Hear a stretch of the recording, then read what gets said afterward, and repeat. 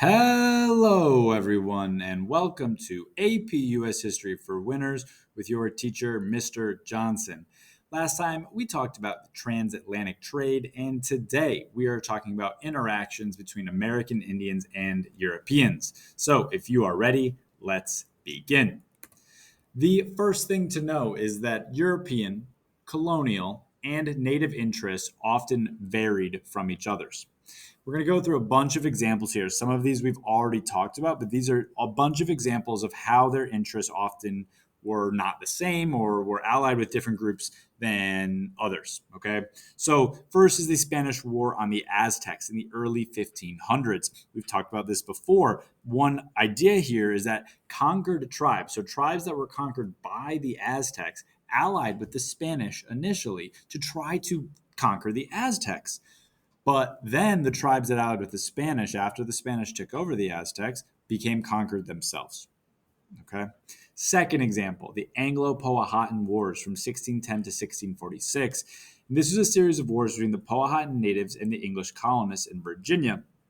And in the middle of this, there's this Indian massacre of 1622, where the Powhatan natives attacked an English settlements in Virginia, resulting in the death of 347 colonists.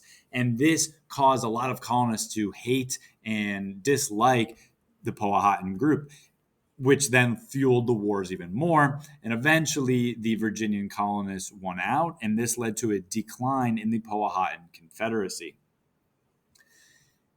Third example, the Pequot War we talked about last time. That's from 1636 to 1637. This resulted in the elimination of the Pequot tribe. But remember, we talked about that last time, so I'm not going to go into big detail of that. But it's a bunch of tribes allying with, sometimes with the colonies, against one another. Okay. The Beaver Wars are a series of wars in the late 1600s. It's a conflict between the Iroquois and the Hurons. Sorry, the Iroquois versus the Hurons and the Algonquins over the control of the fur trade.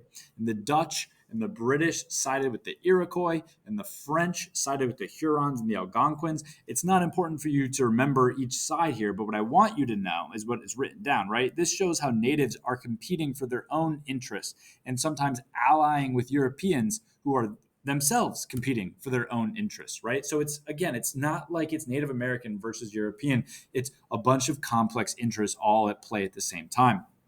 Bacon's Rebellion is next from 1676. We've talked about this before, but one of the reasons of Bacon's Rebellion, right, was that the people, as a part of Bacon's Rebellion, wanted more protection from the Virginian government against the Native Americans. And this shows that conflict between the natives and the lower class colonists.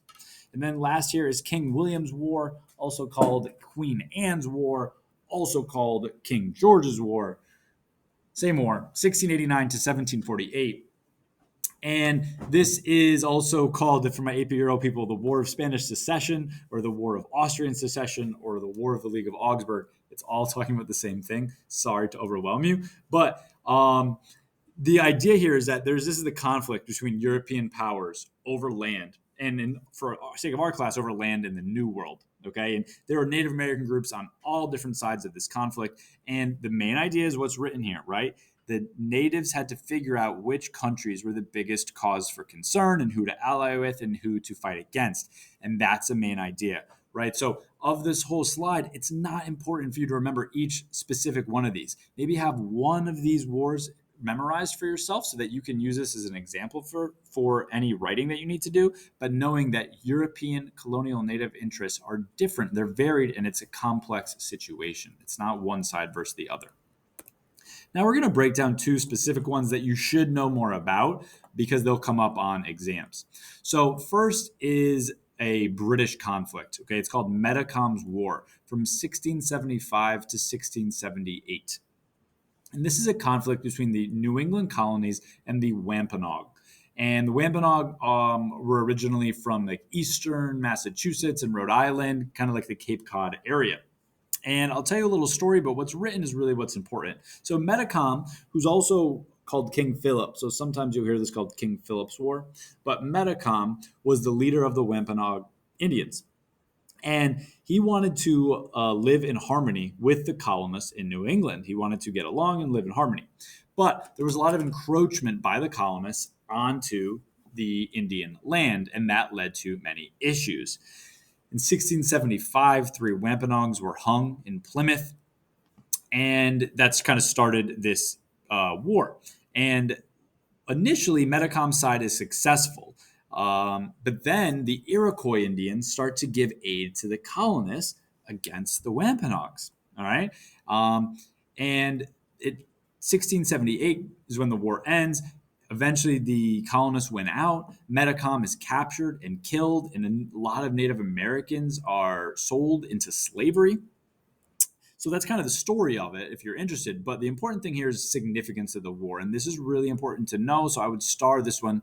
This is a good war to think about when we're talking about these bullets. So this is a reinforcement of the idea that natives were seen as savages.